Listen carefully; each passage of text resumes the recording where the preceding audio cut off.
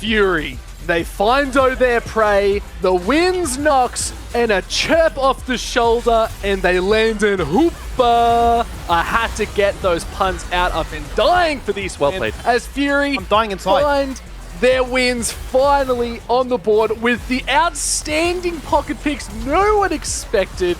Tally, we have to talk about Chirp on the Neferi. Yeah, I was really surprised to see this champion come out. You know, I don't think it would be the best AD champion to play into the Corki or the the AD mid laners or the AD carry mid laners. Sorry, but I think it's still a really good option. I think assassins are good into these squishy champions in the mid, and especially if you get to play against the Corki, which isn't considered a really strong lane in the early game. You get to navigate that difficult early game, get towards your first base, finally find that strength, and just be this damage share that enables your jungler to become the major carry. Yeah, well, the crazy thing as well is we talked about Neferi being like the first time being played in pro play. Funnily enough, it's actually the third. I went and did some fact checking while literally when it got picked, I was like, I have to know. Have to see what's happening. It got first played last year, Season 13, from the EMEA. It lost. Then it got played in the LPLOL. It lost. This is the first official Pro Neferi game win ever in League of Legends. You know what, Chep? You can take that to the bank. Well done. Because look at the damage charts as well. Looking so good right at the top of the ladder. But as well, Skimmy, let's talk about the Zyra pick too. I think this is the first time we've seen it, correct? Yeah, it's the first time we've seen it. We've heard murmurs of it. We've seen certainly some other junglers in the region practicing it, but yet to actually put it onto the stage. And I think it did phenomenally. Certainly some worries at the start when you're seeing that Fury was keeping pace with him. But then you start to understand the real strength of it, right? Once you do reveal yourself on the map, it's just free real estate. Oh, you haven't gone for this camp before you made that gank happen? It's gone. Once you return from that gank, okay, where do I go to now? Then you sort of feel compelled, I've got to go for another gank, or I've got to go for a bit of a jungle invade. And it became harder and harder, right? Because Sovereign's falling behind, you don't have that sort of control to, utilize him as an access point. And then I think it became a little bit awkward. And obviously we'll talk about the draft in a bit of a second, but I would imagine there's a bit of a discussion in the Kanga camp going, do we actually need to ban away this Bel'Veth? Do we just simply replace that with a Zyra? Once again, was our prep going into this matchup actually correct? Well, I think that's the big question, right? Is we sort of talked about Woodon being the star of the Kanga side and really need to prioritize him in this top lane. Do you think we'll probably see a comp coming out next game where they're going to give him a little bit more love? Because the Rumble played so well, Tally. It was winning. I just feel like it didn't have the impact we were hoping it would.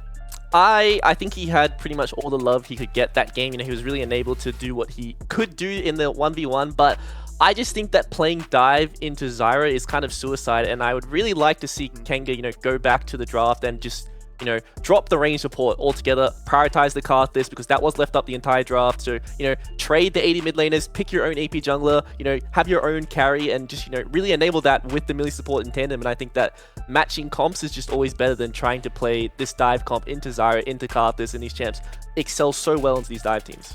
Well, let's have a look at the quick comp as it comes up, but I think you're bang on. I think that a Karthus could be quite a good matchup into the Zyra, right? I think it's these hard, just farming champions. Just sit in your jungle, get to 6, and then go do what you need to do. But what I really like as well, Skimmy, is that these champions that we're starting to see in the jungle have very unique jungle pathing. I think that's the big thing I never realized about Zyra, is that she's doing, Krugs from over the wall. I didn't even know that was the mechanic. That's crazy. Yeah, a bit of a botanist, right? Just summoning plants over the world, just trying to get rid of all those greenhouse gases, keep, what do they say, like $1 a day, plant a tree every day, something like that, just doing all those things to try and make the world a happier place. But overall, I think, there's certainly a few things you could look to try and adjust in this draft. I think the Zyra is probably the first thing. Do you fall into the trap of the Neferi? That is something I'm actually very curious about. Do you think it's a one and done? Or you just say, look, you can have your Neferi, we'll just play a better champion into that one. And I suppose to Tally's point as well about the support matchup, what's to stop them if they still do ban away like the Nautilus center tech? What's to stop them locking in, say, like a Time Kench, for example, and saying, play your dive comp, you can't kill who we're after, right? You can have your Vi, you can have your Zyra, you can have Camille, whatever it may be, and we can look to try and shut it down. Because I think Vendrick, all things considered, was really their beacon of hope once Wooden had fallen off. Yeah, I 100% agree. Tally, do you have any notes on that? Yeah, I would say the same. I don't think Kanga's comp is inherently bad. I just think that it's very hard to execute when you fall behind or if you even, because your only tool is, Re3 pretty much has to suicide, lock up this Zyra and, blanket Rumble ult, the culling, you know, hopefully cork it rockets to hit, because no one can really walk up to auto attack to follow up this damage, because there is so much AoE, you know, back off us guys, like you can't walk up, you can't do damage to us here because there's too many threats you have to worry about. And I think that, you know, matching range with range is just always better than playing dive. I think the big thing, the big disruptor that I noticed from Fury especially, is that their team fights were early and were aggressive. Like we saw, I think it was a 5-man at 11 minutes. Like they said, no, we're going to dedicate to these fights. Let's move around the map together. And I think it's the first time we've seen Findo go on a journey that actually was working for him. He wasn't trying to execute under a tower. He was actually pulling off plays and being very aggressive in that sense. Do you think I guess Findo and Fury have sort of found their footing in this now, Skimmy?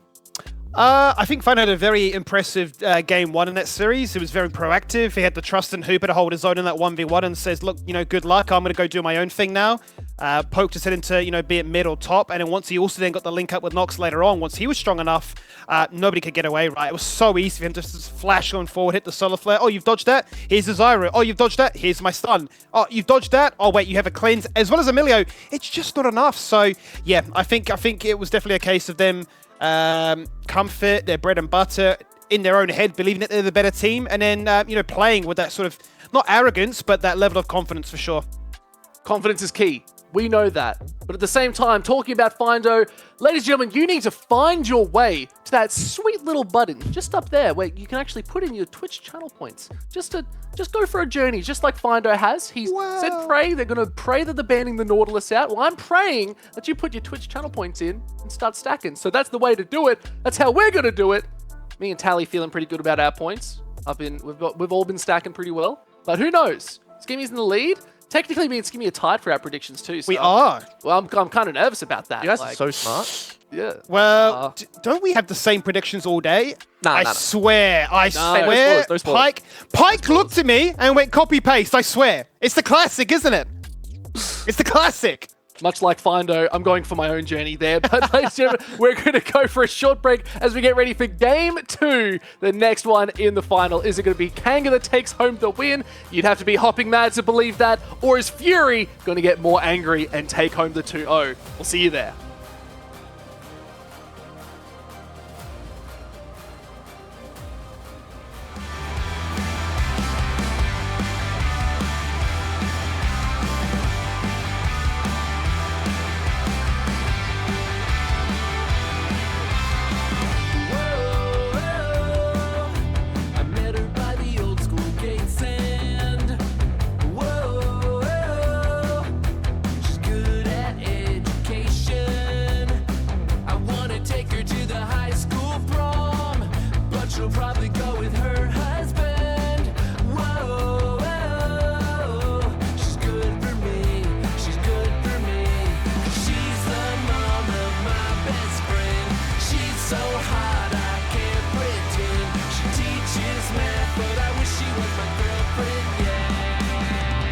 She's 10 over 10.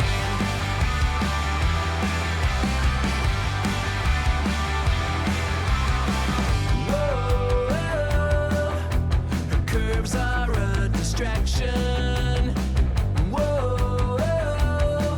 But she helped me with my fractions. She looks amazing in a pencil skirt. I've got a tattoo of her under my school shirt. She's good for me.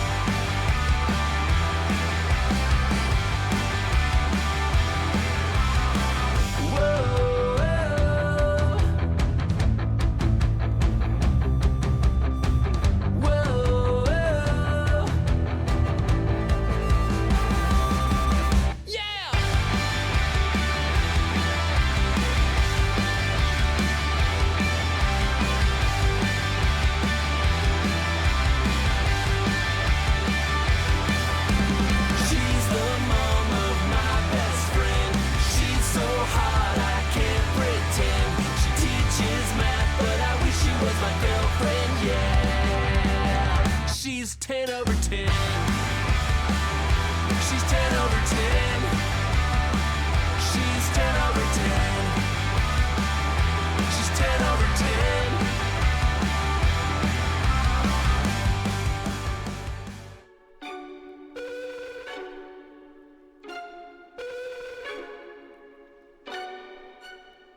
If I tell you a secret, do you think you can keep it?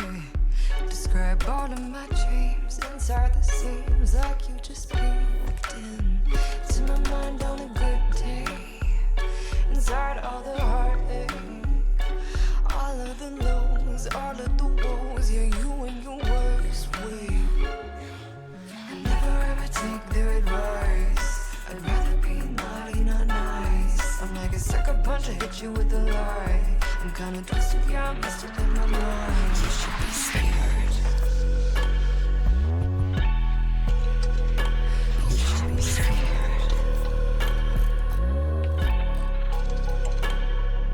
I never ever take their advice. I'd rather be naughty, not nice. I'm like a sucker punch, I hit you with a lie. I'm kinda twisted, yeah, I messed up in my mind. You should be scared.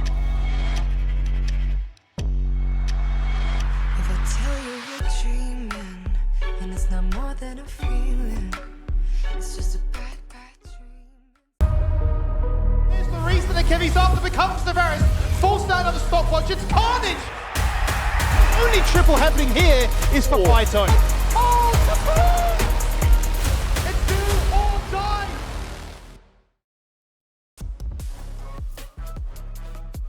And welcome back for game number 2 in this, best of 2 series at the very bottom of the table where every single point matters.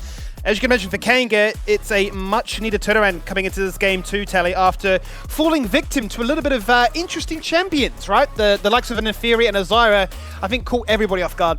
Yeah, and I think there's a story, Skimmy, as we keep seeing these, these strange picks pop up and have so much success. So hopefully we get to see, more of these off-meta picks, just because you don't really have the same familiarity playing against these champions. You feel a bit uncomfortable, you play safer, you allow them to have more of an impact on the map, and they really take over the game.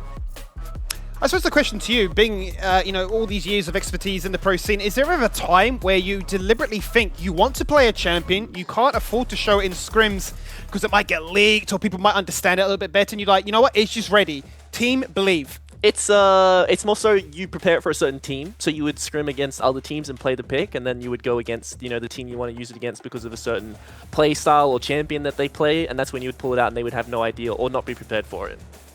It's a good point. It is a very good point, and so much so that the Zyra does get banned away, so the Cassiopeia gets left through. The Belvev tax just too much to pass up on, so Nox no doubt will be smirking to himself, thinking, yep, that's just the difference here. And I'm curious to see if they do have any more tricks up their sleeve to lock in that perfect 2-0 on the night. If it was to stay the same, at least for Fury, which it does, they go for the Skylar again, so nothing has changed on their side. And I do wonder if Kanga still elect, having gone back-to-back games on blue side, is Corki 1P still the best option for them? Yeah, so if they do want to run it back, Skimmy, the Zyra is removed, but there are so many different AP junglers that you can play. You can play the Brand, you can play the Karthus, you can play the Lilia, even the Diana we have seen. We've seen a Mumu. There's just way too many AP junglers to really worry about having your pool pinched, and it's all about finding that 80 mid laner, finding that good matchup. And if Chirp only has the one pick in the Fury, what will it look like for them?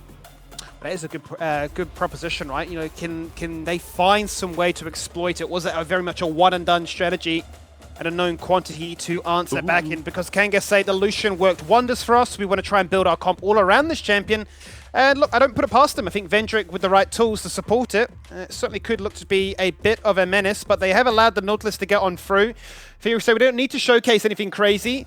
We can get ourselves the Zeri, make sure the Hooper is nice and nimble if you look to try and go for the Jarvan again. And with that premier most played champion in Nautilus, we've got the tools so that Findo can continue to be sort of that voice of inspiration. Yeah, classic blanket answer to the Lucian. One of the things with the Lucian, though, is you kind of have to pair it with these ranger ports, like the Nami, like the Melia, and they don't really have the same success with the current strongest meta or iteration of the correct recipe on the patch, with the mage junglers. So this is one of the problems and one of the reasons I think that this duo has really fallen down in priority, because I just don't think they're a reason to forego the really strong double AD carry meta, and I think that, picking Nautilus as a blanket answer to the Lucian, always really good, and I'm excited to see Hooper finally back on, the Zeri, because we've seen him in weeks past play so much Ashe, like the Varus Senna, just a lot of the scaling doesn't really have that same pop-off potential, but I always think Hooper is very good on these play-making AD carries, so I'm excited to see him play the Zeri again.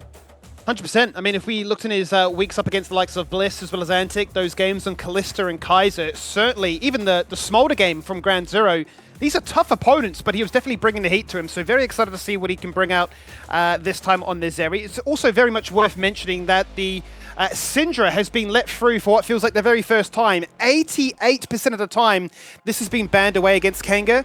So Sovereign, you'd have to say, on his best champion, hoping to try and answer back into Sneferi, which certainly caused him a lot of headaches on that Corki. Yeah, absolutely his best champion, and going to have a much better time in the matchup because a lot of his damage isn't going to be absorbed by the pack, and that was probably one of the biggest reasons why Corki just could not do anything to the Fury in the lane, is you just absorb the rockets, which is the majority of the poke coming out of the Corki in the lane. Thankfully, Syndra, all her spells are AoE, so they will be going through the the ability to body block, and having the ability to self-peel and having that execute is so important if Chirp oversteps. So what will Kanga ban when it comes to the mages? What do they not want to verse? Because I really think that the Karthus is such a major threat to their comp right now. Yeah, so you do need to be quite concerned about that. As you mentioned, with Talia already taken off the board. Is it a case of the Karthus, or do they feel they need a little bit more battle prowess? So we've obviously seen how keen Nox has been towards champions like the Lilia, for example, as they ban away two of those heavy engaging options, the Maokai, the Vi, probably the best if you're looking to try and lock on to a Zeri or a Neferi. But as you say, the Karthus is identified, it has been removed, and game on for Fury now. I would say Lilia isn't good into range champs. It's just way too hard to get in. You're so reliant on flash. So, much better to play the Amumu, the Diana, just these melee engagers who can still act as these AP junglers. So if it isn't the Karthus, which is banned, or the Talia, which can act as that solo AP threat from range, it's always better to play these champs who function well into the enemy comp that you've seen. And thankfully, Nox has locked in the Amumu.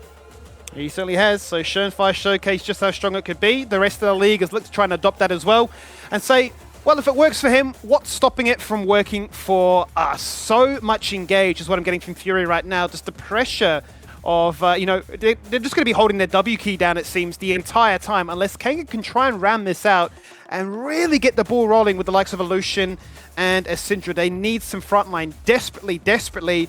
And if it's not going to be the Rumble for Woodon, Cassante definitely has been his next go-to pick. Yeah, and frontline is key. They need members to be able to absorb the Banish Toss, the Dredge line. They cannot allow these engaged tools to be hitting their squishy members, because we saw how much success the Amumu has onto the, when he finds the engage onto the squishy members. As a tank, you can pretty much solo kill them.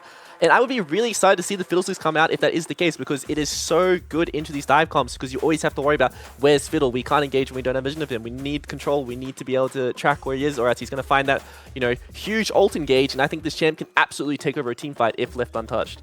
I'm loving this. I'm absolutely all in on this draft right now. We're getting so many unique, exciting champions. It feels like such an age since we last saw the Fiddlesticks in the LCO as well. I feel like it was very much running rampant when we had the meta with, Nocturne mid as well, and it was just so annoying, right? The lights go out comes the Crow Storm. What do? You just scream, much like the panic is happening on the map as well. 5th pick goes for the Aatrox. This seems like a bit of a vote of confidence from Prey, right? I'm going to lock in the Aatrox. Woodon, this is one of your go-to champions. I'm just going to play it better. Yeah, and I just want to say that, what is our region skivvy? When you look at our drafts, we have Fiddle, Amumu, and Neferi. 3, you consider them meme tier champions, just suddenly having such impact. And I think that's just the strength of, our pro players finding, niche scenarios for these champs to be so strong in and just adapting well to the meta. I will say, though, once again, Kanga has that double AP mid jungle. They don't have the same damage profile that Fury has, and it's so important that, Vendrick does not fall behind, because he is their major solo AD threat. Well, Cassante is a AD champion, doesn't have the same, ability to just be a solo AD threat, because he is a tank. Doesn't really have a lot of AoE compared to, the damage, damage potential coming out of the Lucian. So if he does fall behind, if Vendrick does fall behind, it's going to be a lot of lack of damage, and we get to see Prey, if he does want to go for the more Melmornius, be this absolutely strong frontline in the mid game. As you say, yeah, it's going to be a little bit awkward given the the double AP nature once again. You would argue that that is almost like the tax of you've gone for your best champion. It would be rude not to lock in that Syndra, but the Fiddlesticks, if you were watching the LCK, was played last night by Peanut of all people, right? So certainly some high standards to understand the benchmark as to is this champion good or not. Popped off, but that was very much in a one AP comp setup. So can it find the same levels of success here tonight? Is it going to be the Fiddlesticks of old, which really does reign supreme? Or can the Amumu, in its own niche utility, just add a little bit of extra spice to the mix? Yeah, and I want to know what level of mastery Fury really has on the Fiddlesticks, because I know we've all seen like the Fiddlesticks jungle clears and the potential you have to really eke out those extra like 10-15 seconds based on how well you know Fiddles clears, where you stand, how you use your jungle pet for damage. But Vendrick might be getting caught here. Certainly could be. He's only going to be the one on his own. That hook is crazy. Does land, but gets blocked based on the terrain, the pathing. Not ideal across the wall with the bandage toss. You know, that's just Fury reminding them, hey, we can hit skill shots, but you're lucky this time. Yeah, Vendrick's going to be really, really happy with that outcome. You know, blow the flash from Findo, only has to start the Enis matchup, which isn't terrible. Zeri can't really bully him. Level 1, if he stands in the wave. Nox does start the bandage toss as well, so this means that his early clear is slowed down immensely. You know, that first camp with the Tantrum, he clears so much faster than most junglers because of the ability to reset and really start the chickens and just speed up their clear. Let's see then, who can get the better clear, who's going to look to try and put the most pressure on the map, as we certainly know that Amumu is a bit of a menace. Double bandage toss certainly allowed him to come back into the fold of things, even starting off as a support more so than the jungler.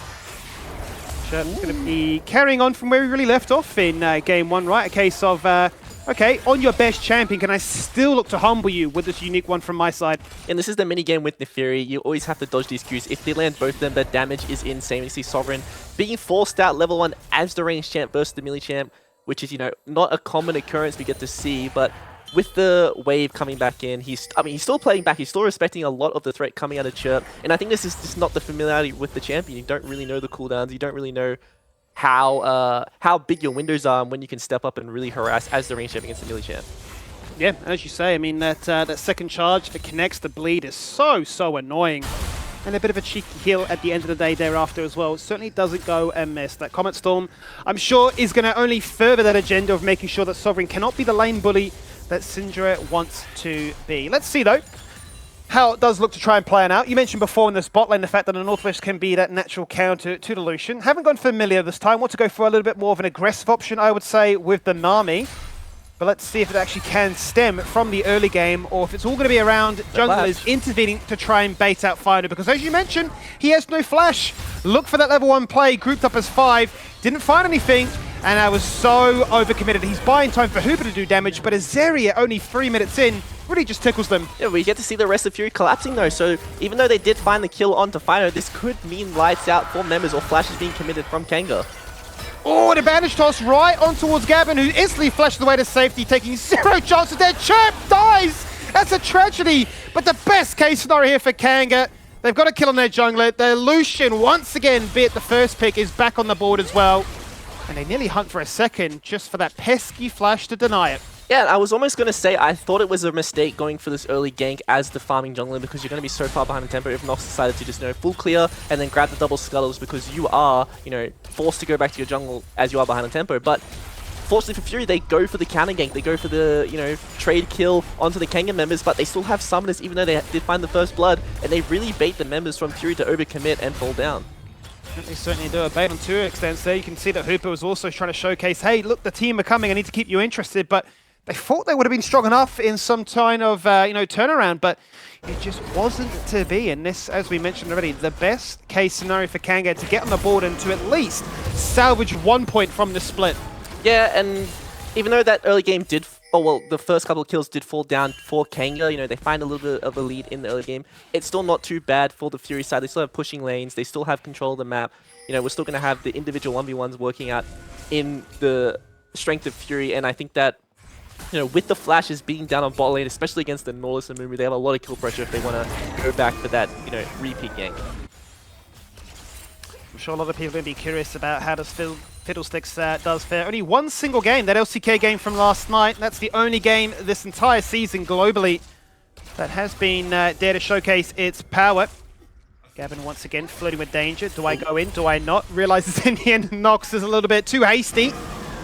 And is bleeding a fair bit now. He was on the receiving end, or rather the one delivering it as the Zyra, but now on the receiving end with Fiddle taking away all those camps. Yeah, it's so important in these matchups, Simi, that you do not show unless it is a guaranteed kill, because as you see, he showed bot and all of a sudden his camps are being taken. You know, we see the chickens being taken. Moving on to the golem, still has access to the smite. He's probably going to be able to take this one down before Nox even shows up. So once again, we're going to see the punishment for showing when you don't find those kills, and it's just really, really important that if you show, you are getting something from it, because you will be getting traded on the opposite side. Certainly is the case. Has to find something. Goes to the chickens, realizes it's not there. Blast cone, bloom, vision reveal. Not towards the top half of the map, but towards the river itself. Has no idea that this has been denied away from him. He's going to walk into that pixel bush. And awkward timing as that wall just expires now. But Grant would on just enough to understand that I could be in trouble. The control ward is there, it's nice, but with this massive wave crashing, a cannon wave there too, level 6 Grunt for Prey really is the world ender. Yeah, and I think Woodon had the ability to outplay that dive, you know, doesn't activate the Pathmaker in time to buffer the Mumu banish toss and avoid that CC, and unfortunately just goes down straight away, and I think that he had all the tools to outplay that dive. He's going to be shaking his head at that one. Yeah, absolutely. Cannot afford to fall behind. Certainly, as we've mentioned already, a big part of this composition for Kanga. So much is put on his shoulders to try and allow them to be in a point of power. Going to be diminished for the meantime. Level 6 found here by Chirp. Going to go all in and aggressive on Sovereign. Look at the damage, especially even when he disengaged those dogs, as well as the Arcane Comet, still keeping Sovereign at bay. And going to be chugging through those potions and biscuits, but going to be terrified to step up without jungle intervention. Yeah, we see both junglers hovering around mid now. Kanga still has access to the ult on Sovereign, so you know if this does turn out to be a 2v2 and they do outplay it, it will go in favor of them because they have a lot more damage in the kits right now. But doesn't have access to TP, gonna have to reset, lose out a wave most likely because Chirp is constantly, you know, finding pressure. Really good job, you know, with the ult to chunk him out, and really unfortunate that Sovereign wasn't able to trade back. Keeps cancelling the base, you know, really doesn't want to reset as his wave is being frozen right now. Yeah, it's awkward. Really is awkward for them, and no doubt Chirp will be thinking, you thought I could only play AP champions? Well, I've absolutely stun-locked you with this pickup. I don't even care what you're locking. You can have your best champion. It just won't be enough. But on the flip side of that, no doubt, it's still Kanga, as well as Vendrick in particular, feeling inspired, knowing that he's up with this gold lead. Looking to try and continue the great work from game number 1, and hoping that he can keep Hooper at bay from becoming that hyper-scaling menace that we've seen Zeri become in the past. What can Chirp do to try and outplay this one? Out goes the fear, and there is the damage. It really is as simple as that. They unleash the ult, and sweet dreams. Yeah, Refury goes for the, you know, preemptive ult, overshoots it quite a bit, and has to, you know, realign himself with the flash. They do find the kill onto Chirp, though. Doesn't have access to the TP, so they have control of the map. We do see, you know, Prey hovering around mid. This might be a Dragon contest coming out with the, you know, Curse of the Sad Mummy from Nox. He's on the hunt. He's got the sweeper. Yeah, he's actually peeled away from that dragon. Much more interested in farming up champions as opposed to those camps. Sovereign, with those spidey senses, realizes that, hey, something doesn't feel quite right, and instantly snuffs out that opportunity. Right on the doorstep of seeing Refury at the red buff. Decides, you know what, back to the dragon we go, because my buddy Findo is here to back me up. Yeah, and you know, with all the priority they have and the fact they still have access to the ult, the jungle ult difference right now, this is going to be a very one-sided objective. Expect, you know, Refury to clear out his last camp, go for the reset, and look at, you know, prioritizing the grubs if there is a fight they want to take, because his ult will be back up by that time. Chirp sees in a moment once again, just hanging out of vision, keeping Kanga and in particular Sovereign guessing as to where could I be at any given moment. And did have to play towards that top half of the lane, make sure that nothing really was going to recur of this one. Smart decision making, knowing that the dragon has been taken, but we still fall on down to this one because he's so overextended. Refury's not there to protect him, so it is time to summon the pack. Out goes the flash. It does not matter. Double CC to follow. And that Syndra ain't going anywhere. And he was doing such a good job at being respectful and making sure that he was playing his range, but he just didn't wait for the bot wave to crash and for Nolus to show before he walked up, you know, blew that stun on the trade, and unfortunately finds himself going down and blowing the flash. Yeah, you can see visible frustration from the player cam as well, knowing that it was greedy, and unfortunately has been punished on this occasion. And for Neferi, that this time had actually been put on the back burner, didn't get off to that flying start that we saw in game 1. That is a bit of a sore point, right? Because he's not only up in CS, he's now got gold with that assist. And will no doubt be going back into that point of power because, yeah, the Syndra literally has nothing. No summoners, and no real way to try and bully out this lane again. And this is one of the really scary parts about being the Syndra or being the Fiddlesticks in this game. If you fall behind, you will not be doing damage because we're going to see a lot of Merc Treads coming out this game and potential magic resist items from multiple members. So be very scared for Sovereign in this game because I just don't really think he's going to have the damage if he doesn't find a winning team fight. Nox so keen to try and force this one, even on Vision, over forces it, and at the very last second goes, all right, you've done enough. Controlled does circle back to it in the end as he primes his next camp and that next path as to what should I decide to do next. Fury though is cosplaying that of a cheeky little witch. Waiting is a scarecrow, waiting to see if anybody decides to step up to the plate. Prey also just hanging outside of Vision as well, seeing what has take place as Nox is finally going to go for the grand reveal. Sovereign not trying to oversell it. There is the bait, but he doesn't fall for it, Tally. He just jumps straight across the wall. Fury says, well, there's a fear, and I'm out of there. Yeah, luckily for Fury, Nox doesn't have access to the Curse of the Sand Mummy as it is a very long cooldown in the early game. So, gets to live there, doesn't fall down to the fall that would have come in the team. But Hooper's doing a really good job to hold out on the 1v2 as we see Findo rotating to the top side of the map and being that, bit of extra pressure to really secure the grubs. And this is one of the strengths of the melee burst range supports. They don't have the same dive threat. They can't punish the, 80 character for being by himself under the turret because you can't tank up. You don't have the same damage in the early game that these melee supports would. So, Hooper once again playing the 1v2, doing a really good job, and the rest of Fury securing objectives that they really need. Yeah, I think Finder's been putting on a bit of a support gap this game, right? His impact on the map certainly has been felt. The timing hasn't really gone punished with Hooper dying as a consequence of that. And to see him answer back with a lightning crash and actually zoning away in a 1v2 is no small feat, to say the least. So happy days for him to try and eke out the differences in terms of Vendrick being ahead from the CS as well as that initial kill. But to make sure that the Zeri does become a factor and that the Nami can't get any kill in isolation. Once again, we circle back to the mid lane. Nothing to play for, no objective for 2 minutes, but everybody just wants to converge here. And Chev says, it's my time to shine. The hook goes out, the scatter of the week is phenomenal, but Sovereign is losing this battle. He's going to get soloed out here by Nox and the minion wave. One man Curse of the Sad Mummy, and the jungler gets it done. Yeah, not really sure what Kanga was doing there. Fury doesn't want to commit the ult, even though they have the vision of Chirp over the wall, has the Nami in the back pocket for the extra bit of damage, and, doesn't decide to commit, walks up, shows himself, which means Fury feels much more comfortable being aggressive there because they finally know where Fiddle is. They don't have to worry about the ult coming out of Frogger War. And Sovereign is completely sold out by the jungler, and this is the strength of the Amumu. You're so strong at just absolutely blowing up these squishies. Yeah, not to forget the fact that he is itemizing very heavily towards that AP damage as well, working towards that Leandri's mask. Going to be a very scary Amumu, to say the very least.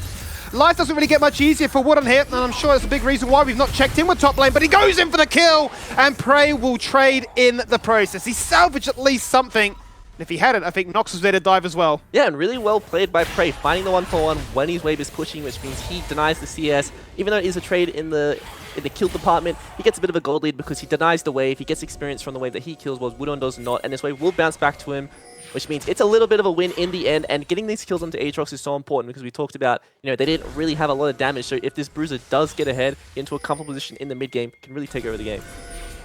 And it's interesting, right, because we talk about all these different points from a very positive aspect favoring Fury, but it is still Kanga that have a very minuscule gold lead at this stage. Still believing that, this game is far from over. So out goes the tidal wave. The hook is not going to land. The bubble is fantastic. And Vendrick finds his second of the game. Visual frustration for Finder, but Hooper, with the ultimate active, looks to try and keep them interested. You can see Nox inside the Dragon River, says hello, and Prey having TP'd into this fight instantly burns the flash, has one target of mine. Get rid of this AD carry. He's been zoned out of the fight, for his job is done. He tries to peel his jungler, but Nox dies, unfortunately, and Chirp plays cleanup crew. So gets an all-important shutdown. The Dragon is there to taunt them. The first went the way of Fury. Sure. But do Kanga feel strong enough now to stick around and find a little bit more? I don't think they feel strong enough right now. They've blown a lot of their cooldowns, and Prey is still extremely strong, even without the ulti. He's being dragged back with those Intofo strikes. Free-man, slap it down. Out goes the depth charge to zone them back. Sovereign with the flash, literally just off cooldown. Burns it straight away again. And Wood on. He is that land to slaughter, the one left behind, and he falls down for the third time this game. Yeah, and just a really, honestly, a very good start for Kanga. Vendrick playing that fight very well, abusing the fact that the members from Fury were so split, but Prey overstaying a bit here. He might fall down because of this. I think he has, yeah. He's gone a little bit too deep on this occasion. Found one in the mid lane. Says, you know what? Yo, Oh, bud. Matrox, I forgot just how much healing I have. Oh my god, between Sundered Sky and the World Ender passive, this champion's insane. Yeah, that's the buffs we see on 14-12 Skimmy. You know, Aatrox received the healing buff to his ult at the early rank, so it's a lot more sustained if they don't have access to the heal cut. And, you know, are we going to see like the Aatrox of old where he just face tanks 5 people healing thousands of health and, you know, not like having access to these really OP heal cut items that, you know, used to be in the past. You know, it's a lot more about these, you know, 3rd, 4th items where you're going to get the armor pen items that give the heal cut. Don't really see supports itemizing heal cut as well anymore, so maybe Aatrox is finally going to be this, you know, very powerful champ again. Yeah, I mean, we're going to be very much fading away from that Zeus lethality one-shot Aatrox and back to the absolute juggernaut of life-stealing through all the pain and punishment. Let's cycle it back a few minutes here, because it all initially starts with finally getting called out here. Yeah, and this is just really good by Kanga. They're abusing the fact that the members from Fury are split. They feel like, very comfortable playing aggressive. I think this is really well played by Vendor. He recognizes he's getting flanked, so he commits forward, gets Hooper and blows the flash, and just a really good job at, you know, surviving anyway. So he's buying a lot of time, doesn't fall down, but, you know, Fury haven't blown any cooldowns yet on a lot of their main members, and Kanga have nothing left in the kit. So as this fight does extend, we get to see the power of the Aatrox, even without the ult, you know, find a kill in that 1v4. It just absolutely stunlocked me, seeing just how much healing came out there. I'm thinking, there's no way, right? You've just been surrounded by 3. This is the most confusing bait. Maybe jitters, perhaps some of those debut nerves. And he says, you know, watch this, Skimmy. Watch me absolutely clutch it up. Turns it around, and I think even confusing Kanga as to, like, how has that just happened? Surely he was a sitting duck. He should just be falling on down, but it wasn't to be. And, yeah, for the first time this game, Fury take back on that gold lead. Yeah, absolutely. It looked like on paper you would say he's inting, you know, in the jungle by himself, you know, in a 1v3 position. But really nice to see that on his debut he feels comfortable taking these very risky, you know, scenarios, outplaying the enemy and showing that he is someone that probably needs to be respected in the LCO going forward. So yeah, an exciting new prospect to come in this deep into the season in week 5. We're only another week after this before the playoffs come around. Nice acquisition, if the team can find some synergy, which certainly seems to be the case right now. Nox jumps in, looking for the ult. It's a one-man ult onto Refury. Remove this Fiddlesticks as quickly as you can, but the drain life is phenomenal. It afforded him so much extra time, but where is the damage coming back to try and answer in a Kanga favorable scenario? It's just not there, Tally. It is just not to be found. Everybody from Fury is full HP. They're topped up and healthy, and it's just Kanga running for their life. And that's just going to be lights out. Whenever the engage is onto the Fiddlesticks, he is a useless champion. He really needs to be, you know, his team's getting engaged on, and he can really abuse the re-engage with his ulti, fearing multiple members and just doing an insane amount of AoE damage. But Refury oversteps, gets engaged on by Nox, completely blind, which is really well played by him to find that engage on the crucial member and win that team fight for his team. Very quickly then is the ability to take down these objectives, not only with the Leandries on the Amumu, but the Zeri now sitting at that static shiv. And Chirp finishing off that fight, taking down the Nami to make himself 4, 2, and 3. So then, yeah, another turret goes on down, 2-0 at this stage, Tully. And I think these deaths, especially these aces, are going to become so much more punishing towards Kanga, because Fury have 6 Void Grub stacks, and they're being left to farm these side lanes with no real contest. Yeah, and I think side lanes, as you mentioned, is going to be so important right now. Once again, we have the double winning side lanes for Fury and the winning team fight. So, like, what does Kanga really have to be able to get back into this game? Because once again, they don't have the stronger 2v2 on mid lane because, you know, Hooper has farmed up so well. Paired with the Nordlist means, you know, Vendrick can't dash forward and be aggressive, especially when they don't have Vision of Nox, because he is so scary right now. And then we get to see these magic resistance coming out of multiple members from Fury. It's going to keep getting scary as the game goes on, and I'm very afraid about, you know, the damage profile that I mentioned earlier, and how Sovereign just doesn't have, you know, the damage or the correct items to be able to blow up the members he needs to. Yeah, and it's the concern you also raise. What if both AP threats fall behind? Then what happens? Out goes literally everything. They've thrown the entire kitchen sink at Chirp to say, put the dog to rest. It's worth. Yep, Patchwork, Elbozo, no doubt about that one. Out goes Shelly. As they will say, well, you've taken down one member, but we don't, okay, no, we don't even take your turret in retaliation. Yeah, so Kanga finds that kill. They blow, yeah, as you said, the whole kitchen sink at Chirp. How much are they going to lose while these ults are down, though? How much can they, you know, stem the bleeding and make sure that the game doesn't blow up too much until these ults are back off cooldown and they can, you know, play aggressive again? Because I think it's quite hard to play around the map when you have none of your tools available. Yeah, he's going to play towards that top lane as Sovereign for the meantime here, knowing that nobody's going to come towards him. Hopefully gets given a small window in which you can try and farm up, or at least match that of Chirp, as he is still behind in that regard. But for the bottom lane especially, I mean, Prey has been living his best life, right? Obviously commanded a very strong 1v1, had a bit of assistance from Nox, but wasn't necessarily the the difference maker. Wasn't bailed out like he was last game. Yeah, it was just left to his devices this time in the 1v1, wasn't really pressured, and had a much better time in the 1v1. And I think it's really nice to see, this. I think this matchup can really go either way. That's a lot of player prowess and how well they play this matchup individually. It's not so much like a very one-sided affair. And I think that he's done a very good job, especially with the grass. Used to seeing the Conqueror on the Aatrox, which is more of a scaling rune. He goes a bit more for the laning pressure with the grass and just does a really good job in his 1v1. Yeah, I suppose with the changes towards Aatrox, trying to incentivize more towards the HP as opposed to the lethality, maybe Grasp is just the go-to now. We'll have to wait and see. Chirp says, well, I'm back on the map, Sovereign. Your time, your little luxury, your little retreat away, farming up a lane on your own is going to be put to rest. And, the show is back on its regular schedule. Fury are the ones in the lead, looking for that perfect 2-0. Once again, Prey gets dropped critically low, drops the ultimate and says, once again, watch me lifesteal up, an absolute treat. This time he might fall on down, but no, still to be denied. Wooden was running whilst the rest of his team is dying. He wraps around and says, okay, it's time to shut this Zeri down. But look at my bot lane, they're gone. Same for my team in mid lane, they're recalling on 1 HP, and Zeri can do things like this, right? Just jump across the wall and I skate to safety. Gavin thinks maybe I can heal. Nope, it was a trap, it's a bait.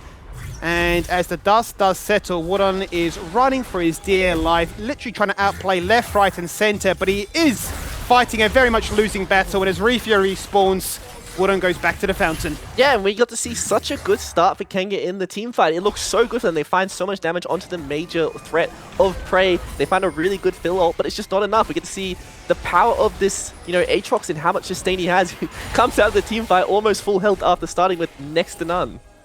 Yeah, it's crazy. It really is crazy how deceiving it is, and still yet to find that answer in some, HP shred. Yes, the Bramble is nice, but you need him to be focusing you as opposed to those Oblivion Orbs where it is proactive. Refury, unfortunately, he just wanted a camp clear. Oh, poor Vendrick. He just wanted to clear some camps, and now it goes from bad to worse because you look towards Vendrick. Nice dash away, but look, all you can find on this occasion is a few minions before you've got another 40 seconds to consider what your next play is. Yeah, and Prey drops the ulti. Bit of a base drop BM, doesn't need to throw that one to the Vendrick, but he does anyway. They find the really easy kill, they overstay on the map, and it rewards them well because you don't expect them to overstay like that. You don't expect the enemy to be on the map still. They find the true easy kills, and now they're looking at Baron.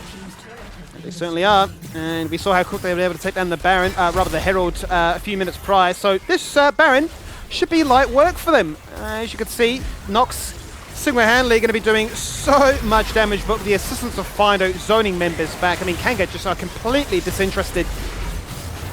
Easy Baron scheme, easy as that, completely uncontested.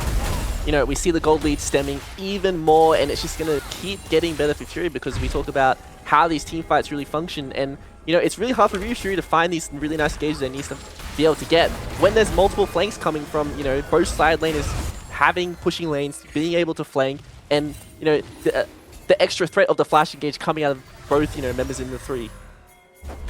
Is this the decisive fight that sets the tone for the rest of the series, that brings it to a conclusion? Out of the fog of war, in jumps Fury. He's dead though. The Crow Storm's just not enough. Look at Chirp, who actually let the dogs out because this man is going crazy. He's found the triple kill, hunting for the Quadra. And if it wasn't for that pesky tower, he may have just gotten away with murder. He got the Quadra skimmy. What is that champion? How is that fair? He just comes out of nowhere, just AoEs down the entire enemy team, does the most damage in the team fight there.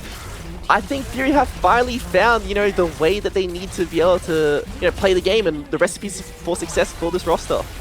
It certainly is. With those members being dead and with these 6 Void Grubs, this game is coming to a very quick conclusion. Much quicker than game 1, to be quite frank with you, as the members do respawn. They frantically hunt their exposed base and say, what can we do to try and turn this fate around?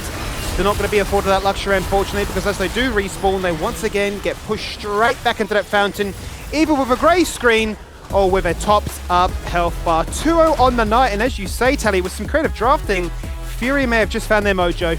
Yeah, really creative drafting, really good job at, doing that ground zero-esque playstyle that we see pop up, but I think it's what the rest of the world is adopting. It's this very straightforward 80 mid laner, AP jungler, scale up, do really well in the early game, have a really strong mid game, and just be the better team on the day. Crazy turn of events there, and we're not even done yet. You thought that was exciting. That was the battle at the very bottom of the table where these teams were fighting for anything they could get. Fury came into this one with only a single point to their name, and as it stands now, they actually clip over Mammoth, sitting at 3 points, and push themselves up into 6 in a temporary playoff spot. As for Kanga, while it continues to be a rough affair, they still got 2 games to go, but those are up against the heavy hitters, which actually is our game right after this.